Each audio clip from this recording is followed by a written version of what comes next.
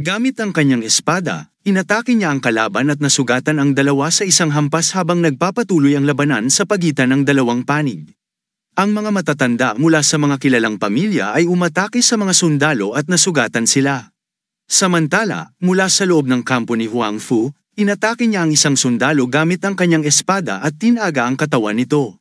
Sa laban ding yun, ang mga matatanda mula sa kilalang pamilya at ang mga kasama nilang kalalakihan ay natalo ang mga sundalo ng kalaban. Nang makita ito, si Leon Ji, na nakasakay sa kanyang kabayo sa bangin, ay nanood ng laban mula sa malayo. Sinabi niya na kahanga-hanga ito, tulad ng inaasahan niya mula sa mga kilalang pamilya.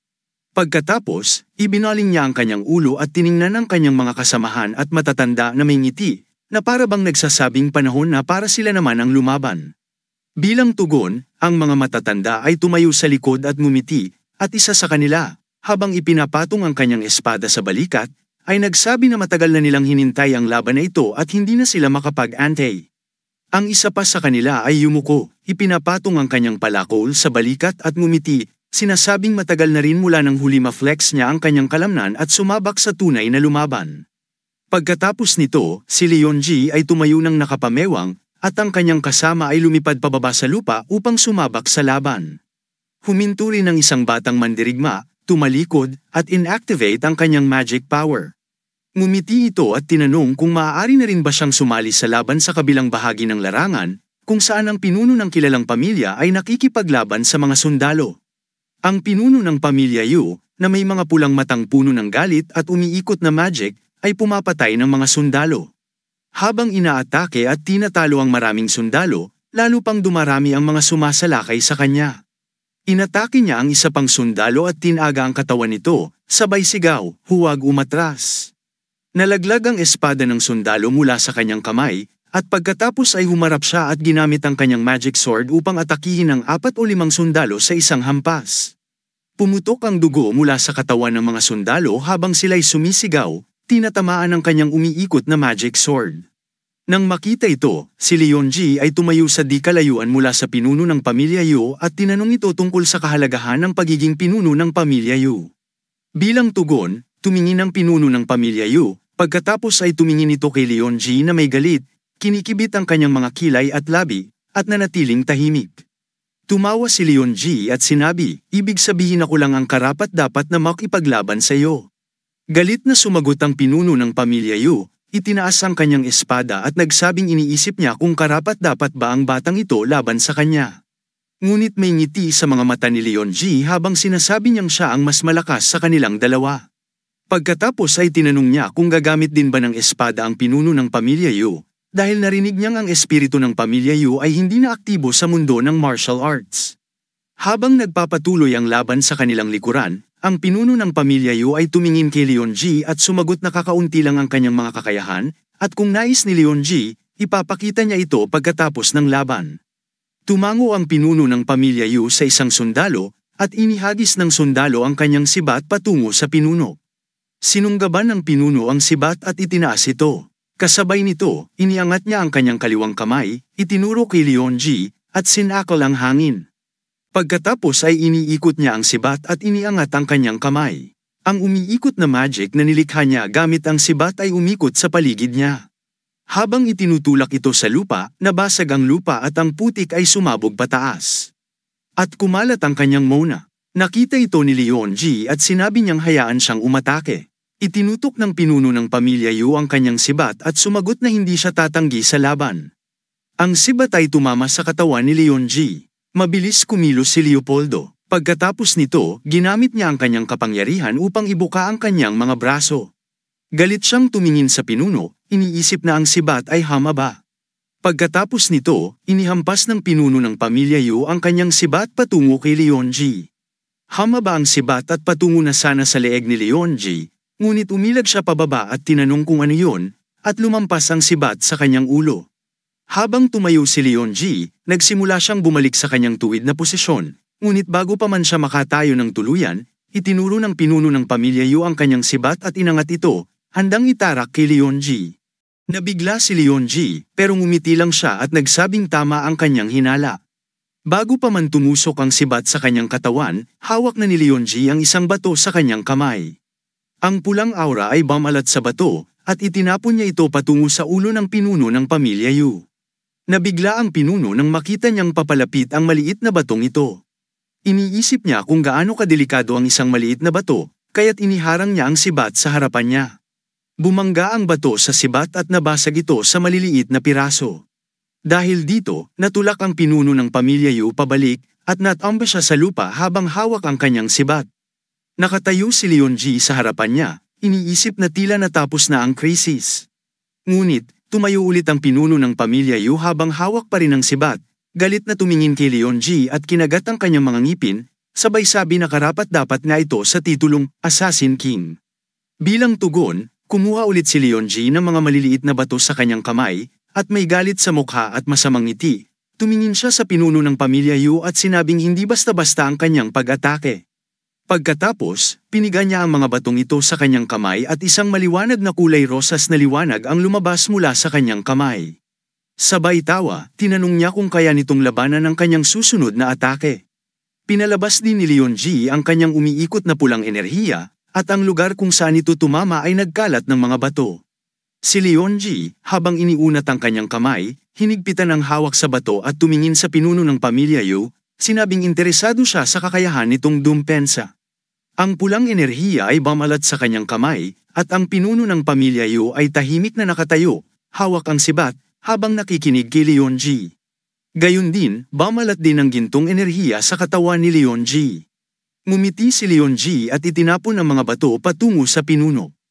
Tahimik na tiningnan ng pinuno ng pamilya Yu ang mga batong papalapit sa kanya sa hangin, iniisip na may 12 bato ang eksaktong nakatutok sa kanyang mga vital point. Habang galit na tinitingnan ang mga bato, hamampas ang kanyang sibat na may malakas na liwanag, at hinati ang mga bato sa isang hampas. Ang mga bato ay sumabog, at lumabas ang pulang at puting enerhiya. Nabigla si Leon Ji, iniisip na hindi ito kapanipaniwala. Pagkatapos nito, galit na tiningnan ng pinuno ng pamilya Yu si Leon Ji, iniikot ang kanyang sibat, at sinabing utang niya ang lahat sa tiwalang ibinigay sa kanya. Habang si Leon Ji ay lumikha ulit ng mga bato sa kanyang kamay, piniga niya ito at sinabing ang kakayahan ng pinuno ng pamilya Yu ay talagang kakaiba. Nakangiti siya habang tinitingnan ng pinuno at sinabing mabuti, ngayon alam na nila ang mga kakayahan ng isa't isa. Tahimik na nakinig ang pinuno ng pamilya Yu habang patuloy niyang iniikot ang kanyang sibat. Pagkatapos, inactivate ni Leon Ji ang kanyang kapangyarihang mahika habang may masamang ngiti at piniga ang kanyang kamay. Naglabas din ng usok na aura mula sa parehong mga kamay niya, habang galit na tinitingnan siya ng pinuno ng pamilya Yu, iniangat ang sibat at inilagay ito sa harap niya, sabay sabi, inaasahan ko ito, Senior. Patuloy ang laban sa pagitan ng mga sundalong nakatatanda at ng mga tao at sundalo mula sa mga kilalang pamilya.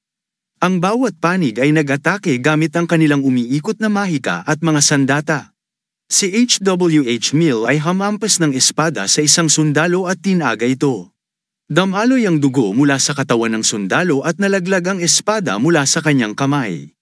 Pagkatapos nito, lumingon siya at tiningnan ang labanan. Iniisip na mas mahusay silang lumalaban kaysa sa kanyang inaasahan. Magiging hamon ito. Pagkatapos ay ibinaling niya ang kanyang ulo at sumigaw ng malakas, huwag umatras. Ito ay tungkol sa mga bantay ng langit. Biglang lumapit si Kane Yu sa kanya, ikinagulat niya ito. Tiningnan siya ni Kane Yu at tinanong kung sino siya. Galit na tumingin si Kane Yu at sinabi ang kanyang pangalan. Pagkatapos ay inilagay niya ang kanyang espada at inactivate ang kanyang mga kapangyarihang mahika, habang galit na tumitingin kay Yu mula sa pamilya Namgon. Lumabas ang liwanag mula sa kanyang katawan at umangat ito. Samantala, si HWH Mill ay ibinalik ang kanilang mga espada sa kanilang kaluban, at may masamang ngiti, tumingin kay Kane Yu at sinabing, suriin natin ito sa pamamagitan ng pagtayo. Ginamit niya ang mabilis na galaw ng espada, mahusay ang kanyang porma. Inactivate din niya ang kanyang mga kapangyarihang mahika, at isang apoy na aura ang bumalat sa kanyang katawan, habang nakatingin kay Kane Yu. Sinabi niyang magiging mabilis ang laban. Bigla siyang naglaho at ang kanyang mahika ay bumalat sa paligid. Nagulat si Kane Yu, hinigpitan ang kanyang hawak sa espada. Si HWH Mill ay mabilis na gumalaw mula sa isang panig patungo sa kabila dahil mabilis din siya sa paggamit ng espada. Nagulat si Kane Yu, hinugot ang kanyang espada mula sa kaluban, Iniisip na si HWH ay isang elite at hindi dapat basta magkamali sa bawat hakbang. Si HWH ay sumugod patungo kay Kenyu, hinugot ang kanyang espada mula sa kaluban at tahimik na tumingin kay Kenyu. Iniisip na napakatahimik nito, kaya binibigyan siya ng kumpiyansa. Tumakbo si Kenyu patungo kay HWH, hawak ang kanyang espada, iniisip na malaki na ang kanyang progreso, ngunit ang mundo ay malawak. Inactivate ni Kenyu ang kanyang magic aura at hinugot ang kanyang espada. Sa kabilang panig, si HWH ay inactivate din ang kanyang magic aura at hinugot ang kanyang espada. Pareho silang sumugod patungo sa isa't isa at nagpalitan ng mga hampas ng espada. Nang magpalitan sila ng mga atake, dumaan sila sa isa't isa, na napapalibutan ng mahika at ang kanilang mga katawan ay parehong nasugatan. Itinutok ni Kenyu ang kanyang espada, hawak ang kanyang dibdib habang dumadaloy ang dugo. Bumagsak siya, isinaksak ang kanyang espada sa lupa. Damaloy ang dugo mula sa kanyang katawan at bibig, habang nakaupo siya roon, iniisip na natalo siya. Nagtataka siya kung bakit hindi niya nabasa ang mga galaw ni HWH samantala, si HWH ay nakatalikod pa rin sa kanya. Iniikot ang ulo at tinanaw si Haring Yu, iniisip na muntikan na siyang matalo. Hawak niya ang kanyang leeg kung saan damaloy ang dugo, iniisip na kahit isang maliit na pagkakamali ay maaaring nagkakahalaga ng kanyang ulo. Habang iniisip niya ito, biglang dumating si Hiwang, hawak ang kanyang palakol at tumatakbo patungo kay HWH. Galit na ibinaling ni HWH ang kanyang ulo, tinitingnan si Hiwang, iniisip na maaari din itong mula sa pamilya Namgon. Tumalon si Hiwang patungo sa kanya, ngunit hinarang siya ni HWH na nakatayo gamit ang kanyang espada. Habang papalapit si Hiwang, iniisip niya na sa kabila ng digmaan, hindi niya pwedeng patayin ng walang pag-iingat ang mga miyembro ng pamilya Namgon ayon sa utos ng Panginoon ng palasyo. Kaya tumakbo din siya patungo kay Hiwang, hawak ang kanyang espada. Iniisip ni Hiwang na sapat na ang pinsala na kanyang idudulot. Gayunpaman, inihampas ni Hiwang ang kanyang palakol kay HWH, at bilang tugon, inihampas din ni HWH ang kanyang espada. Ibinato ni Hiwang ang kanyang palakol at tinamaan ang espada ni HWH, dahilan para siya'y mapa-atres at magulat, iniisip na hindi sapat ang kanyang espada. Bigla, si HWH Mill ay sumugod patungo sa kanya, dinampot siya, itinulak pabalik, at inihagis siya palayo. Si HWH Mill ay bumagsak, at kumalat ang alikabok at usok. Pagkatapos ng pagbagsak ni HWH Mill, tinignan ni Hiwang si Kenyu na nakaupo sa lupa sa likuran niya at tinanong kung ayos lang ba siya. Sagot ni Kenyu, habang humihingal at hawak ang kanyang puso, mabuti-buti na rin. Hinawakan ni Hiwang si Kenyu sa kanyang braso at balikat, sabay sabi, kung nasaktan ka, sabihin mo. Samantala, dumating sina Kapitan Yang at pangalawang Kapitan Yang na tumatakbo papalapit sa kanila at tinanong si Hiwang kung kumusta siya. Si Hiwang, hawak si Kenyu, ay lumingon at sumagot ng malakas sa kapitan, nagtatanong kung kailangan ba muna nilang unahin si Kenyu. Sa kabilang banda, naglaho ang alikabok at usok, at nakita si HWH Mill na nakaupo sa isang bato. Inilapag ang kanyang espada sa harap niya sa lupa at nakatingin sa kanila, sabay sabi, may matigas akong katawan. Galit na ibinaling ni Hiwang ang kanyang ulo at tinitigan siya, sabay ngiwi at galit na sinabing, sige na. Si HWH Myung, galit na hawak ang kanilang mga espada, humakbang patungo kay Hiwang. Si HWH, may masamang ngiti, ay tumingin kay Hiwang at nagsabing, masakit yun. Inilapit ni pangalawang Kapitan Yang ang kanyang espada kay HWH Mill, itinuro ang kanyang kamay sa kanyang kasama at nagsabing, tumakbo na kayo, ako ang harang sa kanya. Samantala, dumating si Kapitan Yang kasama ang kanyang mga kasama at nagsabing kaya niyang mag-isa, sasamahan siya ng iba. Si Kenyu, na nakayuko ang ulo, ay nagsabi ng patawad. Lumingon si pangalawang Kapitan Yang kay Kenyu at sinabi ni Hiwang, malalakas din sila, kaya kailangan siyang gamutin muna. Sagot ni Kenyu, nauunawaan niya at iiwan muna sa kanilang mga kamay. Pagkatapos ay hinawakan ni Hiwang si Kenyu, sabay sabi na babalik siya kaagad. Gayunpaman, nakita ni HWH Myung ang tatlo na papalapit, sabay sabi ni Myung, ngayon na. Itinuro ni pangalawang Kapitan Yang ang kanyang espada kay HWH Myung, itinaas ang kanyang boses at nagbigay ng utos na hayaang siya ang humarap sa kanila. Ang iba pang dalawa ay humakbang sa likod niya. Narinig ito ni HWH Myung at ngumiti habang mahigpit na hawak ang kanilang espada at inactivate ang kanilang magic aura, sabay sabi, "Maganda ito, tingnan natin ang unang galaw nila." Habang nakatayo ang tatlo sa harap niya, inactivate din nila ang kanilang magic. Ang maliwanag na aura ay nagsimulang lumabas mula sa kanilang katawan, at galit silang tumingin kay HWH. Ang kanilang mga mukha at kulay ng balat ay naging itim at tila matalim. Gayunpaman ang tatlo ay tumingin sa kanya at hinamon siya na tingnan kung gaano siya kalakas.